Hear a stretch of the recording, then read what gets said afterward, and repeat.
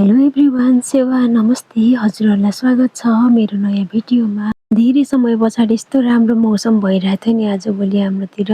मलाई चाहिँ यस्तो मौसम ओभर मनपर्छ। अनि हाम्रो चाहिँ घर छेउमा सुन्तलाको बोट थियो। अनि सुन्तलाको बोटमा चाहिँ जुरेलीले बच्चा काटेछ क्या।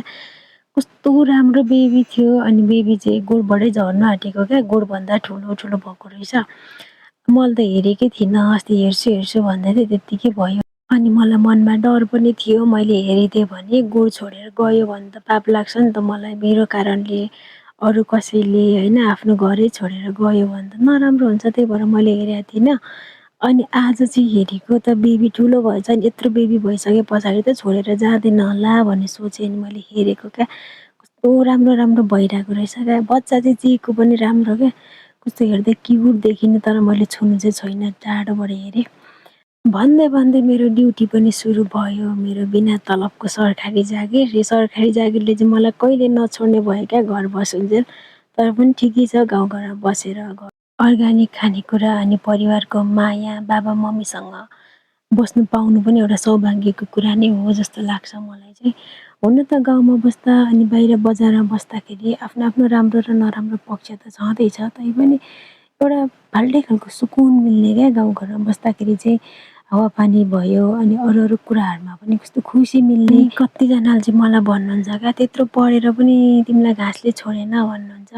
अब मलाई घाँसले नछोड्या हो कि मैले घाँसलाई नछोड्या हो त्यो त थाहा भएन। अनि अर्को कुरा भनेको काम भने सानो ठुलो भन्ने चाहिँ हुँदैन जस्तो लाग्छ मलाई। फुर्सदको समयमा आफ्नो कामहरू गर्दाखेरि फ्रेस पनि हुन्छ अनि सब बडीले एक्सर्साइज पनि हुन्छ अनि मनमा पनि आनन्द आउँछ आफ्नो परिवारलाई सघाउनु पाउँदाखेरि। अनि कुनै पनि कुराहरू काम गर्नै हुँदैन होइन, पढेपछि काम गर्नु हुँदैन भन्ने त छैन होला जस्तो पनि लाग्छ। अनि हँसी समाउनु बिर्सिने गरी चाहिँ मैले पढ्नु पनि पढेको छैन जस्तो लाग्छ मलाई। हुन त सबैको आफ्नो आफ्नो विचार हुन्छ अनि आफ्नो आफ्नो स्वभाव पनि हुन्छ, सबैलाई सबै मनपर्छ भन्ने पनि हुँदैन। कतिपय कुराहरू आफ्नै त चित्त बुझ्दैन भने अरूको कुराहरू सबै कुरा चित्त बुझ्छ अनि बुझ्नुपर्छ भन्ने पनि हुँदैन। सबैको आफ्नो आफ्नो स्वभाव हो, आफ्नो आफ्नो इच्छा हो। अरूले के भन्छ मलाई त्यस्तो धेरै फरक त पर्दैन। तर पनि मैले उहाँहरूले दिनुभएको मायालाई चाहिँ स्वीकार गर्नै पर्छ जस्तो लाग्छ। भन्दै भन्दै गफै गफमा मेरो घाँसको बारी पुग्यो अनि बारी उठाउनु खोजेको, यता सम्हाल्छ उता लड्छ, उता सम्हाल्छ यता लड्छ। अनि गर्दा गर्दै थोरै ठोकिएको थियो, मेरो हातको छालै उक्किहाल्यो क्या। प्रायः पन्जा लगाएर काम गरिरहेको हुन्छु म, अनि सबै घोचेर अलिकति केही भयो भने छाला उक्किहाल्छ। अनि मेरो अर्को बानी चाहिँ म बारी लाउने ठाउँमा मजाले उठाउन सक्छु सक्दिनँ नहेरिकन लाउँछु क्या। अनि उठाउनु नसकेर यस्तो बिजोग हुँदैन। अनि यो चाहिँ हाम्रो गाई छ, सिङै बिनाको, सिङ चाहिँ पलाउनै बाँकी छ, आमा छोरी नै सिङ बिनाको छ। अनि यस्तो कराइरहेको थियो अनि मैले रिसले ल्याएर घाँस यति धेरै हालिदिएको, गाईभन्दा अल्गो घाँस भइरहेको थियो। अनि मेरो कालो गाई उज्यालो भएर खुसी भएर घाँस खाइरहेको थियो।